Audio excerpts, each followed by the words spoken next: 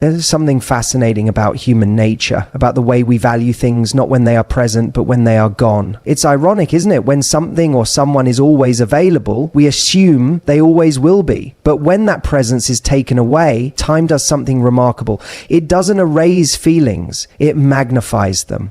And that's exactly what happens when you step back from a man who has taken you for granted. At first, he may not notice. That's the hardest part, isn't it? You think, if I pull away, will he even care? But that's where most people misunderstand the psychology of distance. When you remove yourself from someone's life, the impact isn't immediate. In fact, it starts as almost nothing. He goes about his day. He's occupied, maybe even a little relieved to have space. But then something small happens. He reaches for his phone and there's no message from you. He scrolls through social media and you aren't engaging with him. He hears a song, sees a place, smells a familiar perfume, and suddenly there's an emptiness where you used to be. The first few days are easy for him.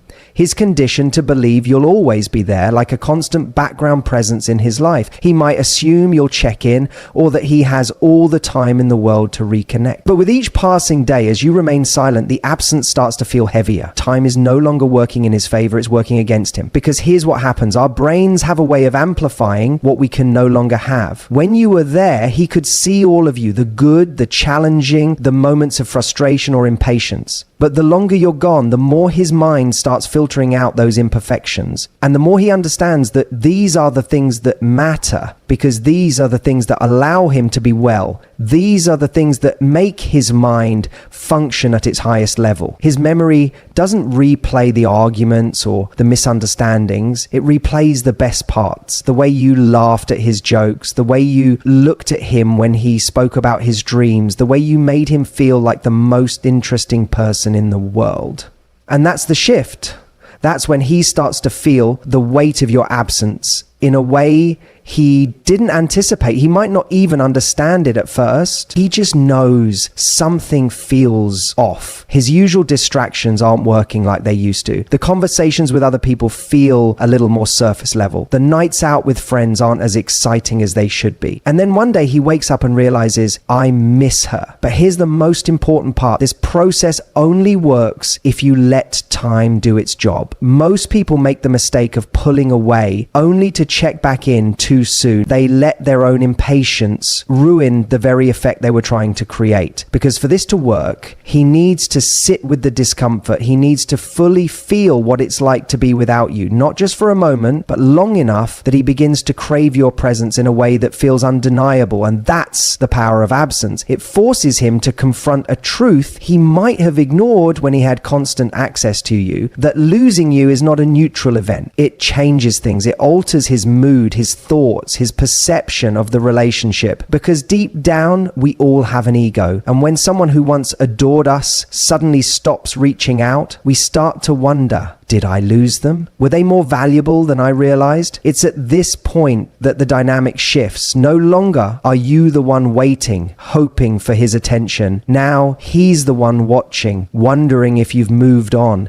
if you're thinking about him at all. The longer he goes without you, the more his curiosity turns into longing. And longing, that's what creates the desire to act. So the question is, can you be patient enough to let this process unfold? Can you resist the temptation to check in, to remind him of your presence, to make it easier for him? Because the truth is, the more you do nothing, the more he feels everything. Time is the greatest ally you have. It's working on your behalf, amplifying your value with every silent moment. The biggest mistake you can make is to assume that if he hasn't reached out, he doesn't care. That's not how human nature works. He may not even fully understand why he's feeling restless, why he's suddenly reminiscing about you, why no one else quite measures up. But that's the beauty of time. It breaks through even the most stubborn of minds, forcing them to see what was always there. So if you want him to feel your absence, truly feel it, you must be willing to embrace the silence. The longer you stay away, the more he will come to terms with what he lost. And by the time he realizes it, you'll no longer be waiting. That's when you win.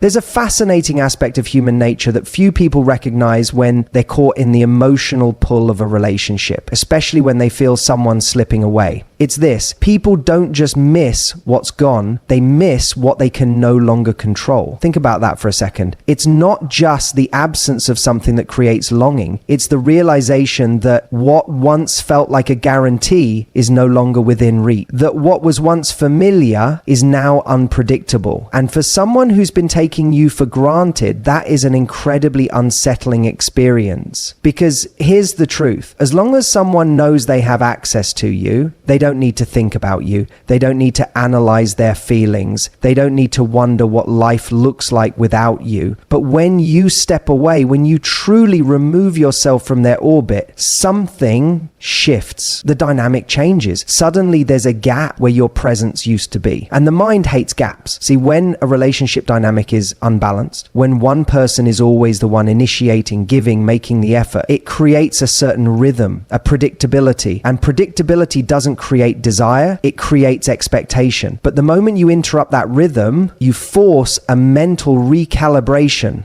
He goes from expecting you to be there to questioning whether you still will be. And that question, that's where real emotions surface. That's where he starts to feel, not just think. Because there's a difference between knowing something is there and feeling the loss of it. Intellectually, he may have always known you were valuable. He may have even cared deeply. But if he never had to question your presence, if he never had to experience what it was like without you, then he never had to truly appreciate you. And that's why time is such a powerful tool.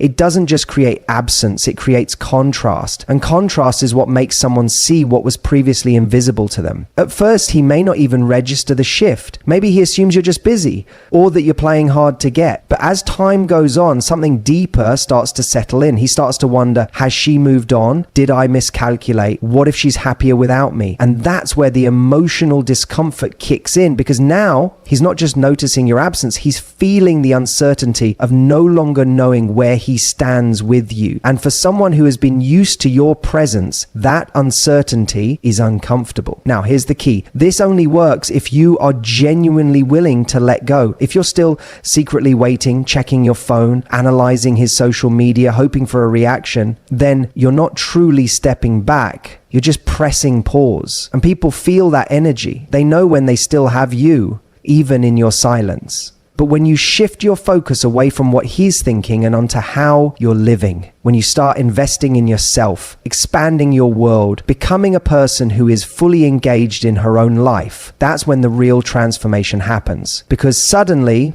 you're no longer the one waiting. You're no longer the one chasing. You're no longer caught in the exhausting cycle of trying to make someone value you. Instead, you're operating from a place of self-worth. And that, more than any game, more than any strategy, is what actually makes someone crave you. Not because you're trying to make them miss you, but because you're demonstrating that you don't need them in order to feel whole. And here's the irony. The moment you stop needing someone to see your value is usually the moment they do. Because now you're no longer predictable. You're no longer the person they can count on to always be there no matter how they treat you. Now you're the one they have to figure out how to get back. And that shift in dynamic, that's what creates attraction, not just attachment. But by the time he realizes what he had, the real question isn't, does he miss me? It's, do I even want him anymore?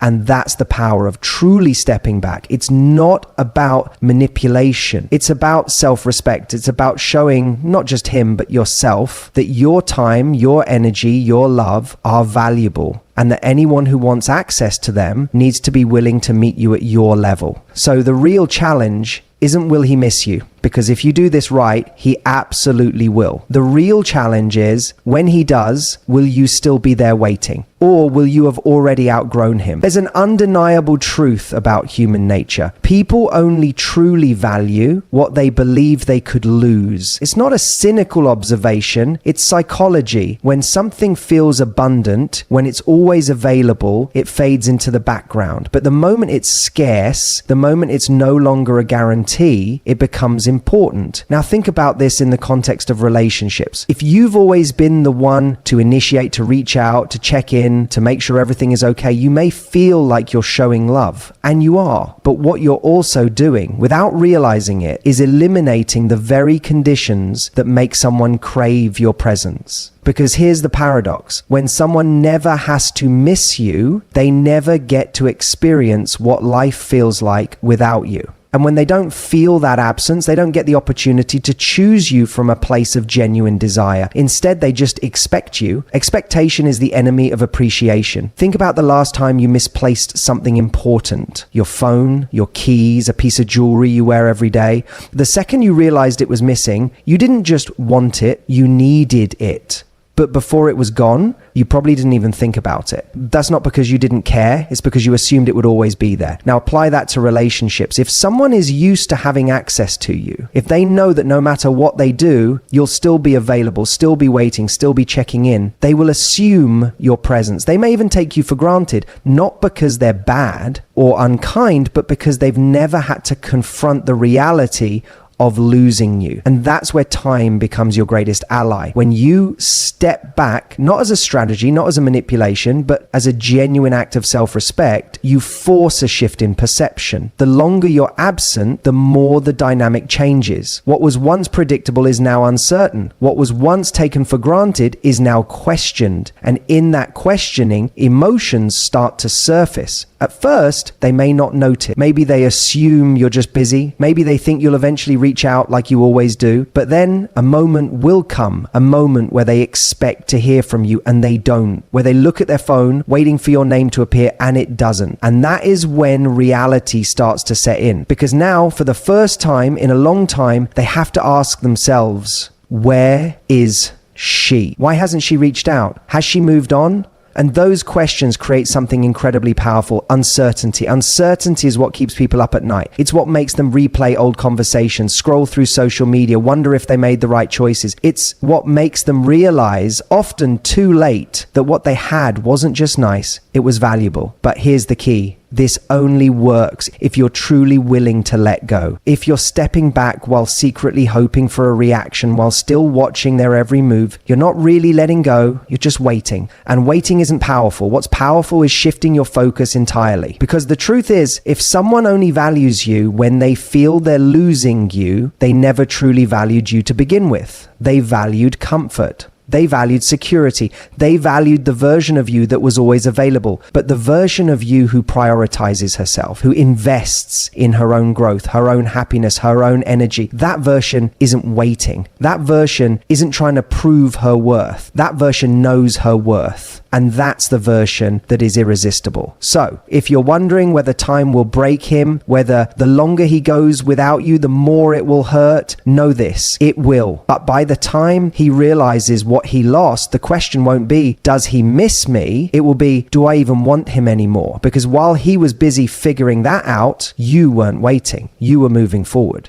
There's a moment in every relationship, or almost relationship, where the power dynamic shifts. Maybe things started off strong, filled with excitement, with effort, with presence, but then slowly, subtly, you started giving more than you were receiving. You started adjusting, accommodating, prioritizing someone who over time seemed to prioritize you less. And in that moment, you had a choice: keep giving, keep proving, keep chasing, or step back and see what happens when you don't. Most people don't step back, not because they don't want to, but because they're afraid. Afraid that if they stop showing interest, the other person will simply move on. Afraid that their absence won't be noticed, that their silence will be met with more silence. And so they keep showing up, even when the effort isn't reciprocated. They send the text, they check in, they initiate the plans, they find excuses to stay present in someone's life, even when that presence isn't being appreciated. But here's the truth: you cannot be missed if you never go away. Think about that. If someone never has to feel your absence, they never get the opportunity to realize what it means to not have you. And when a person never has to experience life without you, they don't get to make the most important choice of all, whether or not they truly want you in it.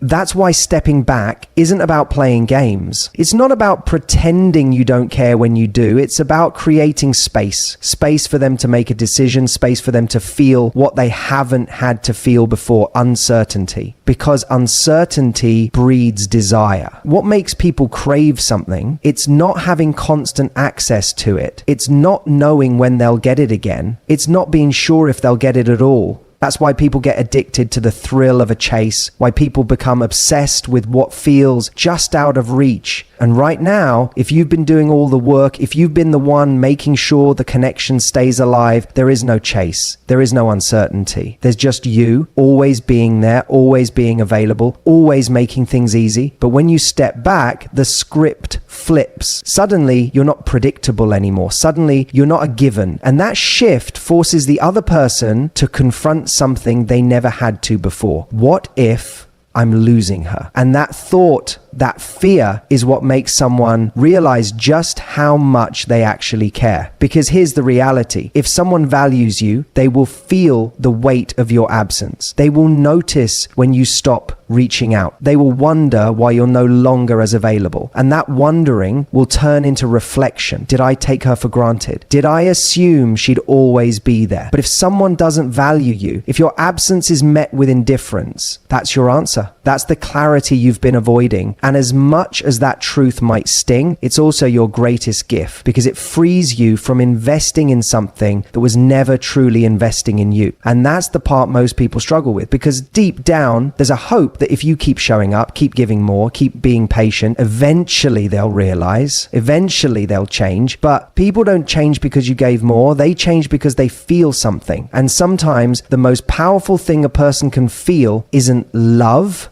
it's loss. Because love can be taken for granted. Love can be assumed. But loss is undeniable. Loss creates urgency. Loss makes someone confront emotions they've been avoiding. So if you want to know where someone truly stands, don't keep pushing for their attention. Take yours away. Don't remind them of your worth. Let them experience what life feels like without it. And in that silence, in that space, you'll get your answer. Not through words, not through promises, but through action. Because the people who genuinely want you in their life will always show up. And the ones who don't, they were never meant to be there in the first place. There's a point in every dynamic, whether it's a budding relationship, a complicated situationship, or even a long-term commitment, where someone realizes they can no longer take you for granted. But that realization doesn't come from a heartfelt conversation or a grand declaration. It comes from time, from absence, from experiencing firsthand what life feels like without you in it. And that's the part most people struggle with. Because when we care about someone, when we want them to see our worth, our instinct is to remind them, to stay present, to prove our value, to ensure they don't forget about us.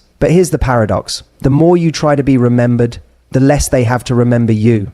Think about it. If you're always checking in, always available, always finding ways to stay relevant in their life, they never have to feel what it's like when you're not there. They never have to ask themselves, do I miss her? Do I want her back? Because you never really left. You just made yourself slightly less accessible. But real impact, real longing doesn't come from slight adjustments. It comes from contrast. It comes from the sharp, undeniable difference between what life felt like with you versus what it feels like without you. And that contrast, that's what time creates. Time makes people question. Time makes people reflect. Time forces them to confront what they may have been avoiding all along. The fact that you weren't just someone, you were someone significant. Because here's the truth. People don't always realize what matters to them in the moment.